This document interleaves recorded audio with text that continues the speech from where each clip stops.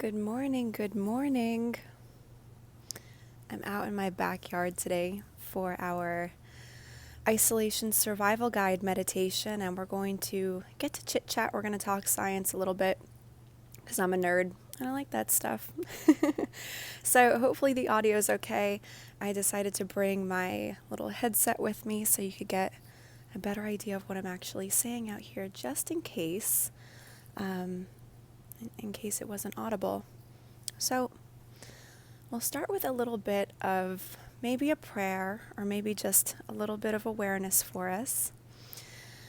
And just for today, if I feel my compassion for those who suffer, I will honor my feelings and allow them to pass. Just for today, I will refocus myself on my contribution and the things that are within my control. If you see me looking off camera, it's because I have my notes. I get nervous too, a lot, even when I'm about to guide meditation.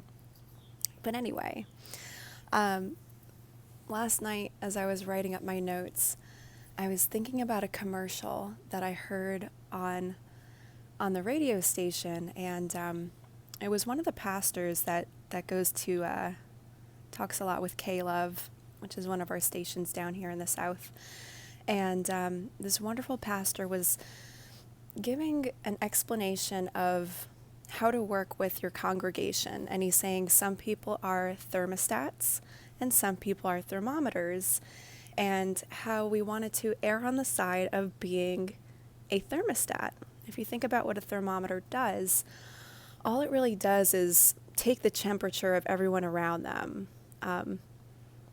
A thermostat would have a greater opportunity to take the temperature. It knows where the congregation's at. It knows what kinds of energy it's encountering. But rather than staying there with that energy and just participating in it, it has the ability to uplift people. And so in that way, with regard to energy, we want to be more of a thermostat than a thermometer. And so today, since we're talking about the taxation of being isolated here, for the purpose of putting together this little segment we're about to do, I looked at it as a trifecta. So presently, we're not encouraged to go to places that would normally lift us from one feeling state to a better feeling state. It doesn't really matter if we'd qualify them as good or as bad. What matters is that we were showing up to these places because it gave us some kind of upliftment. Presently, we're getting to practice stabilizing ourselves at a higher vibration, all on our own. It's similar to when you were a kid or when you were in college, and maybe you'd do a couple of practice problems and the teacher would guide you through it, and everyone would throw in their 2 cents of how to solve the problem. And then you would have several problems that you had to practice on your own, so you had your independent practice. That's what we're doing right now. And this requires a lot of energy. It requires a lot of focus to be that thermostat. My pro tip, one that I must use for my own wellness, is focus on yourself. Everyone says that. But if you can get the energy right within yourself, your surroundings will also take care of themselves. You will have become that thermostat. And even if it's not instantaneous, a lot of us are quarantined either completely alone or the total other end of the spectrum where you're with maybe a lot of other dynamics at play. It might not be immediate, but if you take care of you, at least you will be okay. Our second thing, many of us are missing the physical touch of other people. I'm quarantined with a roommate. I'm quarantined also with her dog. So that's been really enjoyable for me, but there are also long stretches of time where I'm completely alone. She still works, so thank goodness, one of us. But it's not a secret that humans need touch in order to thrive. Just anecdotally, I don't know the science behind this, but they were testing babies, I believe, and they were determining that at 4 touches per day, these babies were able to baseline survive. They were able to stay alive.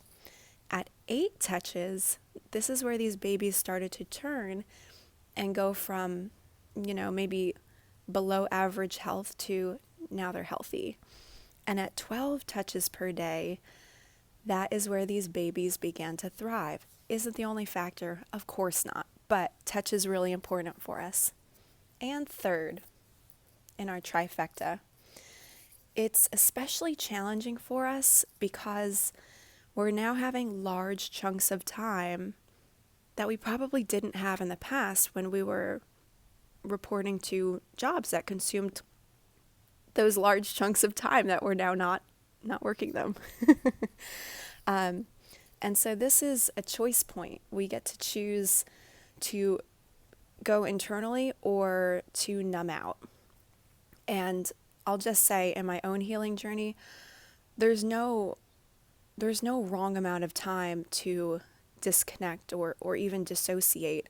That's a tool for survival. So even if it ends up being where you're able to go internally, but it's so uncomfortable you can only sit there for a couple minutes and then you disconnect, that's part of your practice too.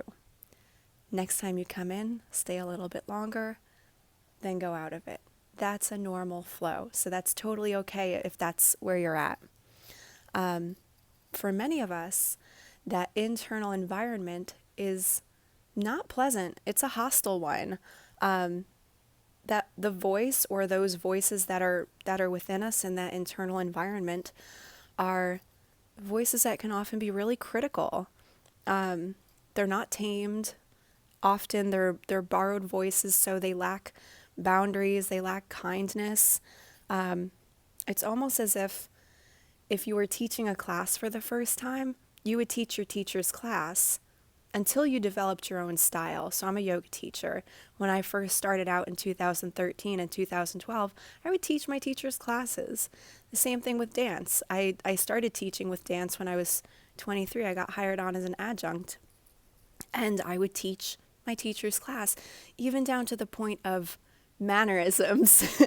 You ever notice how your teacher does weird things and then you're like, ooh, now I'm doing that thing too. So these are normal things to happen to us.